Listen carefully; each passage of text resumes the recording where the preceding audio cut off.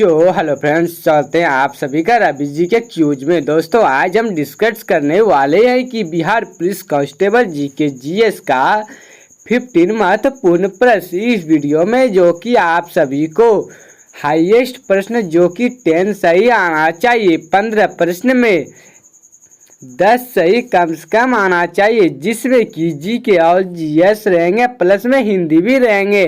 काफ़ी महत्वपूर्ण प्रश्न भी बिहार पुलिस के लिए। वीडियो को लास्ट तक जरूर देखिएगा। आज का वीडियो शुरू करते हैं। चलिए दोस्तों, आज का फर्स्ट क्वेश्चन देखते हैं। उपयुक्त समास का चयन कीजिए। महात्मा। उपयुक्त समास का चयन कीजिए। महात्मा कौन सा समास है? महात्मा कौन सा समास है? कर्मधारय समास है। कौन सा समास है? कर्मधारय समास। महात्मा शब्द में कर्मधारय समास है क्योंकि इसका विग्रह महान है, जो आत्मा होता है। जो आत्मा होता है, इसमें पहला शब्द विशेषण, दूसरा पद विशेष की विशेषता बता रहा है। कर्मधारय समास वह समास होता है जहाँ एक पद विशेषण होता है और दूसरा विशेष, या दोनों पदों में उपमान उपमेय का संबंध होता है। महात्मा में महान विशेषण है और आत्मा विशेष है, इसलिए यह कर्मधारय समास का उदाहरण है। चलिए सुन देखते हैं। निम्नलिखित में से कौन सा शब्द हिरण का पर्यायवाची है? निम्नलिखित में से कौन सा शब्द हिरण का पर्यायवाची है? सारंग। कौन सा है? सारंग। हिरण का पर्यायवाची शब्द सारंग है। हिरण के अन्य पर्यायवाची शब्द भी हैं, जैसे मृग, कृष्णासर, कुरंग, हरिण और बारसिंगा। सारंग एक अनेकार्थी शब्द है जिसका अर्थ घोड़ा, शेर, मोर, सांप और हिरण भी होता है। नारंग यह संतरा का पर्यायवाची है। नारंग यह संतरा का पर्यायवाची है। तरंग इसका अर्थ लहर या लिहोर, हिलोर होता है। तरंग इसका अर्थ लहर या हिलोर होता है। करंग। करंग यह किसी प्रसिद्ध शब्द का पर्यायवाची नहीं है। करंग यह किसी प्रसिद्ध शब्द का पर्यायवाची नहीं है और विकल्पों में से हिरण से संबंधित नहीं है, इसलिए दी गए विकल्पों में से सारंग हिरण का पर्यायवाची है। चलिए स्टूडेंट्स देखते हैं। आत्मोत्सर्ग शब्द का संधि विच्छेद क्या होगा? ऑप्शन नंबर डी राइट होगा आत्मा जोड़ उत्सर्ग। आत्मोत्सर्ग शब्द का एक सही संधि विच्छेद है आत्मा जोड़ उत्सर्ग होगा। यह एक गुण संधि का उदाहरण है जहां आ और उ मिलकर ओ बनते हैं, लेकिन आ के बाद उ आने पर आ का ओ हो जाता है। आत्मजोड़ उत्सर्ग और ओ तथा उ मिलकर गुण संधि के नियमानुसार ओ बताते हैं, जिससे आत्मा जोड़ उत्सर्ग बनाता है। शब्द आत्मोत्सर्ग संधि विच्छेद आत्मा जोड़ उत्सर्ग। नियम क्या कहता है? नियम इस संधि में आ और उ का मेल होता है, लेकिन यहाँ आ का ओ हो जाता है। आत्मा जोड़ उत्सर्ग ओ और उ मिलकर ओ बनाते हैं, जिसमें उत्सर्ग आत्मोत्सर्ग बनता है। चलिए सुन देखते हैं। नागार्जुन सागर परियोजना किस नदी पर स्थित है? नागार्जुन सागर परियोजना किस नदी पर स्थित है? कृष्णा नदी पर। कौन सा? ऑप्शन नंबर बी राइट है, कृष्णा नदी पर। नागार्जुन सागर परियोजना कृष्णा नदी पर स्थित है। यह भारत की सबसे पुरानी और बहुउद्देश्य सिंचाई तथा जल विद्युत परियोजनाओं में से एक है, इसलिए इसका निर्माण 1955 से 1967 के बीच किया गया था और यह तेलंगाना व आंध्र प्रदेश की सीमा पर स्थित है। चलिए प्रश्न देखते हैं। पृथ्वी का जुड़वा ग्रह कौन सा है? पृथ्वी का जुड़वा ग्रह कौन सा है? शुक्र है। कौन सा है? शुक्र है। पृथ्वी का जुड़वा ग्रह शुक्र है। ऐसा इसलिए है क्योंकि शुक्र का आकार, द्रव्यमान और संरचना पृथ्वी के लगभग समान है और यह पृथ्वी का सबसे निकटतम पड़ोसी ग्रह भी है। आकार और द्रव्यमान। और एक क्वेश्चन है, क्यों शुक्र को पृथ्वी का जुड़वा कहा जाता है? ये भी क्वेश्चन हो सकता है ना। क्यों शुक्र को पृथ्वी का जुड़वा कहा जाता है? क्यों? आकार और द्रव्यमान। शुक्र का आकार और द्रव्यमान पृथ्वी के लगभग बराबर है। इससे ये दोनों ग्रह चट्टानी ग्रहों के समान माने जाते हैं। समान निर्माण। ये दोनों ग्रह सौर मंडल के एक ही आंतरिक भाग में बने थे। निकटतम पड़ोसी। शुक्र पृथ्वी का सबसे निकटतम पड़ोसी ग्रह है। यही कारण है कि इसे पृथ्वी का जुड़वा या बहन ग्रह कहा जाता है। चलिए सॉल्यूशन देखते हैं। रामचरितमानस के रचयिता तुलसीदास किसके समकालीन थे? रामचरितमानस के रचयिता तुलसीदास किसके समकालीन थे? अकबर के। किसके थे? अकबर के। Option number B right answer है अकबर। रामचरितमानस के रचयिता गोविंद। रामचरितमानस के रचयिता गोस्वामी तुलसीदास मुगल सम्राट अकबर के समकालीन थे। तुलसीदास ने अकबर के शासनकाल में ही 1574 ईस्वी में रामचरितमानस लिखना शुरू किया था। समकालीनता। जहां तुलसीदास ने 1574 ईस्वी में रामचरितमानस लिखना शुरू किया, वहीं भारत पर मुगल सम्राट अकबर का शासन 1556 से लेकर 1605 ईस्वी तक था। इसलिए इसका सही उत्तर बी होगा अकबर। चलिए सॉल्यूशन देखते हैं। उपनिषद का फारसी में अनुवाद किसके शासनकाल में हुआ था?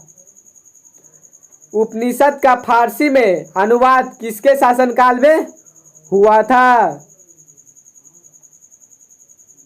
शाहजहां के। किसके? शाहजहां का। ऑप्शन नंबर ए राइट हो जाएगा।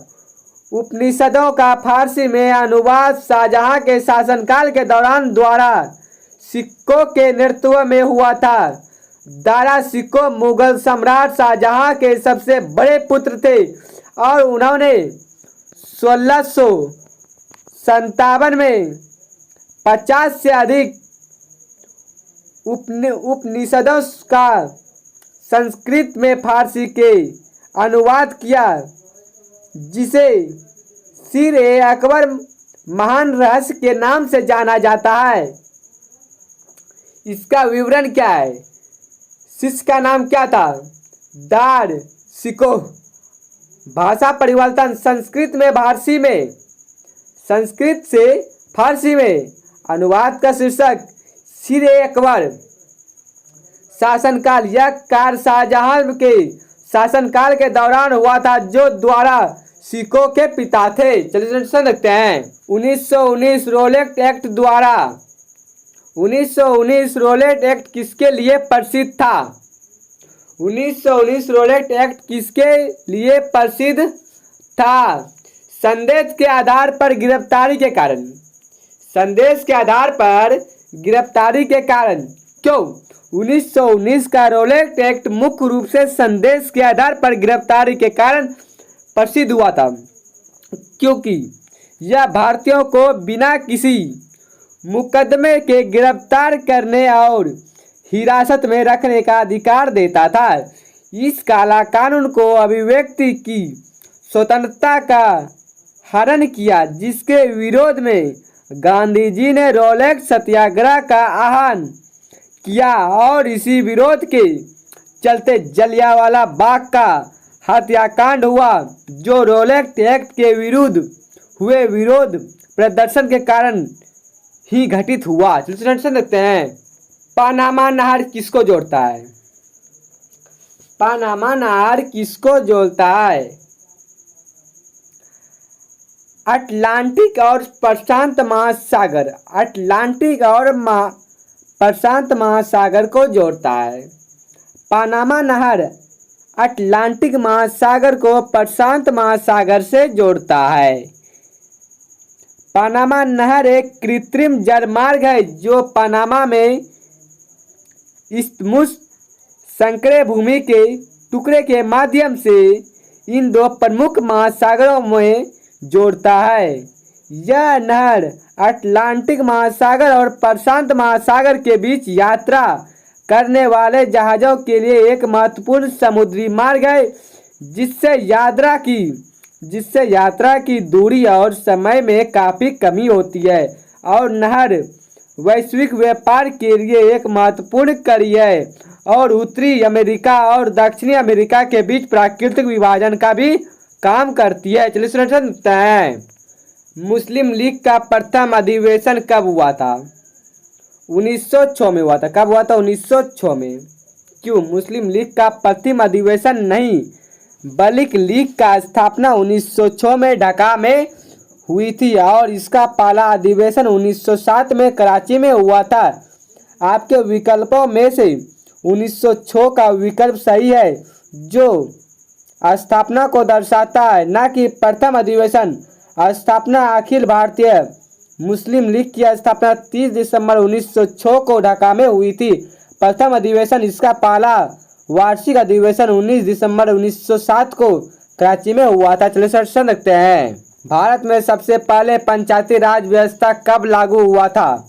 भारत में सबसे पहले पंचायती राज व्यवस्था कब लागू हुआ था? 2 अक्टूबर 1959 में हुआ था। 1959 में भारत में सबसे पहले पंचायती राज व्यवस्था 2 अक्टूबर 1959 को लागू हुई थी। इसे राजस्थान के नागौर जिले में तत्कालीन प्रधानमंत्री जवाहरलाल नेहरू के औपचारिक रूप से शुरू किया गया था। चलिए प्रश्न रखते हैं, विश्व का सबसे बड़ा मरुस्थल कौन सा है? विश्व का सबसे बड़ा मरुस्थल कौन सा है? सहारा। कौन सा है? सहारा। विश्व का सबसे बड़ा मरुस्थल सहारा है। सहारा रेगिस्तान लगभग पूरे उत्तरी अफ्रीका को कवर करता है और यह दुनिया का सबसे बड़ा गर्म रेगिस्तान है। सहारा यह दुनिया का सबसे बड़ा गर्म रेगिस्तान है जो कि अफ्रीका महाद्वीप के एक बड़े हिस्से का कवर करता है। कालाहारी यह दक्षिण पश्चिमी अफ्रीका में स्थित एक रेगिस्तान है, लेकिन यह सहारा से बहुत छोटा है। थार यह भारत और पाकिस्तान में फैला हुआ एक उप उष्णकटिबंधीय रेगिस्तान है और विश्व के सबसे बड़े रेगिस्तानों में से एक है, लेकिन सहारा से बहुत छोटा है।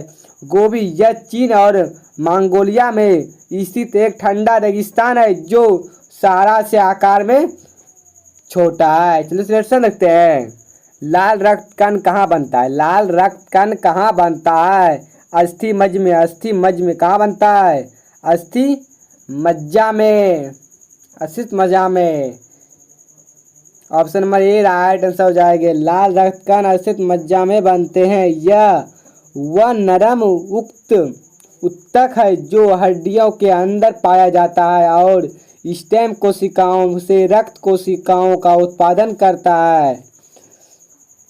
चलिए प्रश्न देखते हैं, निम्नलिखित में से कौन सा ग्रह जल को तैरता हुआ प्रतीत होता है? निम्नलिखित में से कौन सा ग्रह जल में तैरता हुआ प्रतीत होता है? शनि ग्रह। कौन सा होगा? शनि ग्रह। Option number D right answer हो जाएंगे। शनि ग्रह पानी में तैरता हुआ प्रतीत होता है क्योंकि इसका घनत्व पानी से भी कम है, जिससे यह पानी पर तैर सकता है। हालांकि यह एक काल्पनिक अवधारणा है क्योंकि वास्तविक रूप से किसी ग्रह का पानी पर तैरना संभव नहीं है। क्यों शनि तैरता हुआ प्रतीत होता है? एक क्वेश्चन ये भी है, क्यों शनि तैरता हुआ प्रतीत होता है? कम घनत्व शनि का औसत घनत्व पानी से भी कम है, लगभग 0.77 ग्राम प्रति घन सेंटीमीटर, जबकि पानी का घनत्व लगभग 1 ग्राम प्रति घन सेंटीमीटर होता है। गैस संरचना शनि एक गैस ग्रह है जो हाइड्रोजन और हीलियम से बना है, जिसके कारण इसका घनत्व काफी कम है। चलिए समझते हैं। जनसंख्या का महाविभाजन किस वर्ष हुआ था? जनसंख्या का महाविभाजन किस वर्ष हुआ था? 1921 में। कब हुआ था? 1921 में। जनसंख्या का महाविभाजन का वर्ष 1921 है, जिसे भारतीय जनसंख्या के इतिहास में महान विभाजन के वर्ष के रूप में जाना जाता है। यह वर्ष महत्वपूर्ण क्योंकि इससे पहले जनसंख्या में ठहराव या गिरावट की, जबकि 1921 के बाद जनसंख्या में लगातार वृद्धि का रुझान रहा। महान विभाजना क्यों है? महान विभाजना क्यों? जनसंख्या के गिरावट 1911 से 1921 के दशक के दौरान भारत में जनसंख्या वृद्धि में कमी आई थी और यह एकमात्र जनगणना वर्ष था जब जनसंख्या में गिरावट दर्ज की गई। जनसंख्या की बदलाव इस वर्ष से पहले जन्म और मृत्यु दर दोनों उच्च थी, जिससे जनसंख्या वृद्धि नगण्य थी। 1921 के बाद स्वास्थ्य देखभाल और जीवन स्तर में सुधार के कारण मृत्यु दर में उल्लेखनीय गिरावट आई, जबकि जन्म दर उच्च बनी रही, जिससे जनसंख्या में लगातार वृद्धि हुई। चलिए ऐसा क्वेश्चन इतना ही। जय हिंद जय भारत। वीडियो अच्छा लगा तो लाइक सब्सक्राइब कर दीजिएगा। अगले वीडियो में मिलते हैं।